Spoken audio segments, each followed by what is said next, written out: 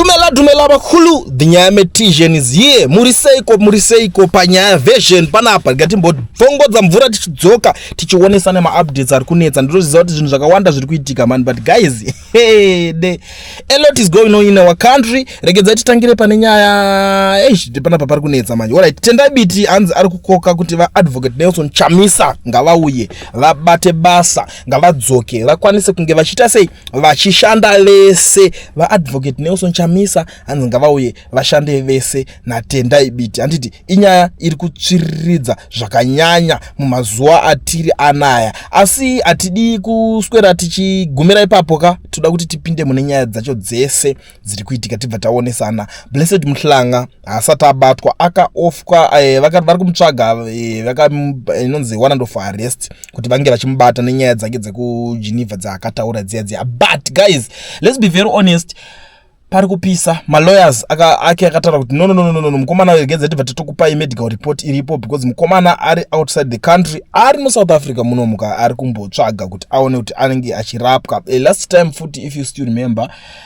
zvinhu zvacho I don't know, tinozongoti something fishy is going on kana vanombotanga vambonyatsonzwisisa kuti nyaya dzacho dzokudirwa munhu ndedzechichipa napo.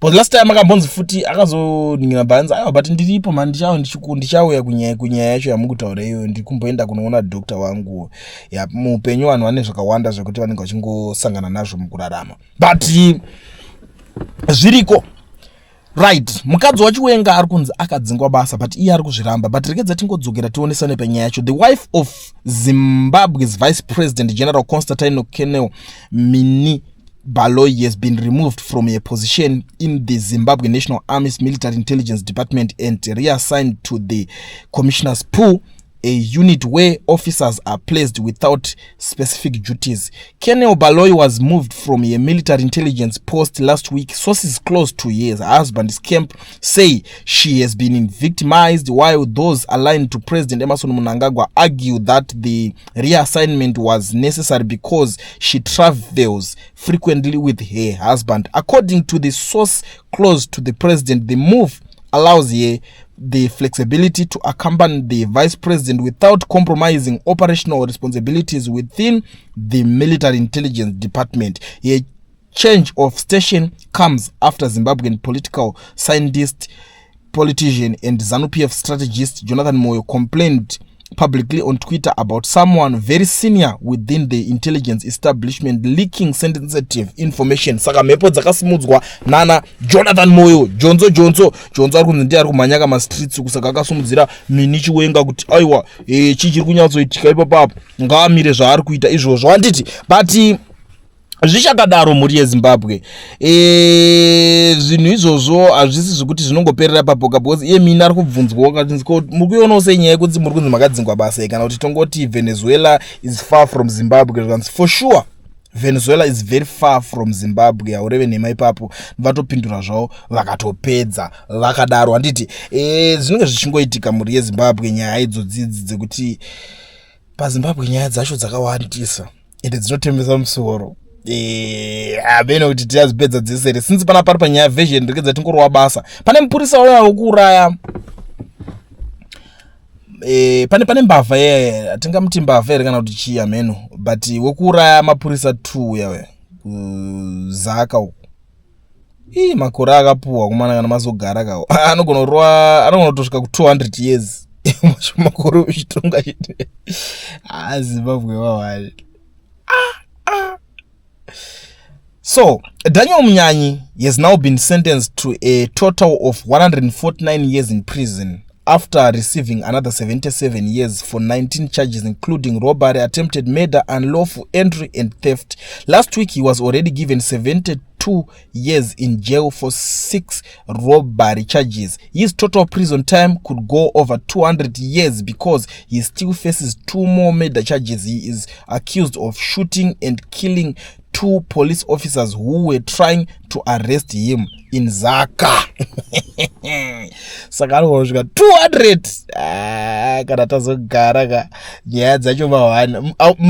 Tambirai kure necrime, musauraya vanhu kwa munenge muri kokoko, as long as if you are a Zimbabwean kana kuva mune vamwe vemazimba vatone chiunhu chacho checho mwana ngazviperere kujoni kukunuku ndikatoenda kuseri uko sere nazvo ndiona umwe anosimbisana ndozoenda ndikapfutika ngoita se kungobatwa nekapfutika ko chete watopinda mukati. Don't try this at home. Ndo nyaya dzinenge dziripo. But tiri papa muri Zimbabwe tina update ya Bellarmine Chatunga Mugabe. Zvakakosha futi kuti zvinge zvichizikanwa nemi muri Zimbabwe nekuti ndimi vanhu vacho vanokodzera kuziva nyaya idzi. Bellarmine Chatunga Mugabe and his cousin Tobias Matonodze, accused of attempted murder and immigration offences, have been abandoned their bail application at the Alexandra Magistrate Court in Johannesburg. Their lawyer want a plea negotiation under which the pair will plead guilt in exchange for a negotiated sentence. It's a process under Section 105A of the Criminal Procedure Act aimed to expediting trials while serving costs is returned to court on Monday 17 for a plea negotiation. Izvi zvingoreva kuti chii suppose inini ndongozorora kuti pane ma implications ekubvuma ekuva nigirigini zvepanyaya dzacho dziri kuitika. Ma implications acho ari pakuti these guys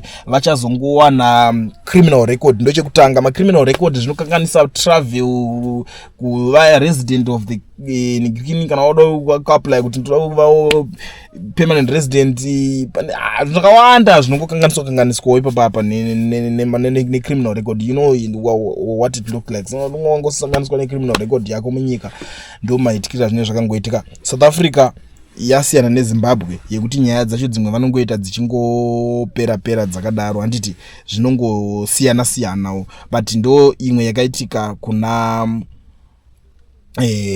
Bellarmine Chatunga Mugabe. Tichidzoka pane mamwe ma streets kuZimbabwe, Didmus Mutasa akadzoka kunojoina bato reZANU-PF, akajoina inonzi ZANU-PF Council of Elders. Zvakataurwa izvi mashoko aya akabudiswa nevanonzi vaChristopher Mutsvangwa. Ambassador Christopher Mutsvangwa ndo vakataura zvinhu izvozvo, handiti vachitaura kuti aiwa vaDidmus Mutasa vadzoka muchitima, vadzoka zvekare mubhazi. Ndo mamirire akaita nyaya dzacho idzodzo muri Zimbabwe. It's very important kuti munhu muzvinge muchiziva, because handidi zvekuti kama kuzoona munhu pa screen mozobvunza kuti iwe ko uyu akadzoka rini, ko hatina kuziva kuti zvakaitika rini. Ndosaka tichigara tangotaura nyaya dzacho kuti ningadzoswa kuitira kuti kana muchinge mune zvamunozoita neinformation yacho ina handizivi kuti mune muchida kuita sei, asi nichangu kungokuudzai nyaya inenge iripo mubva mazoziva.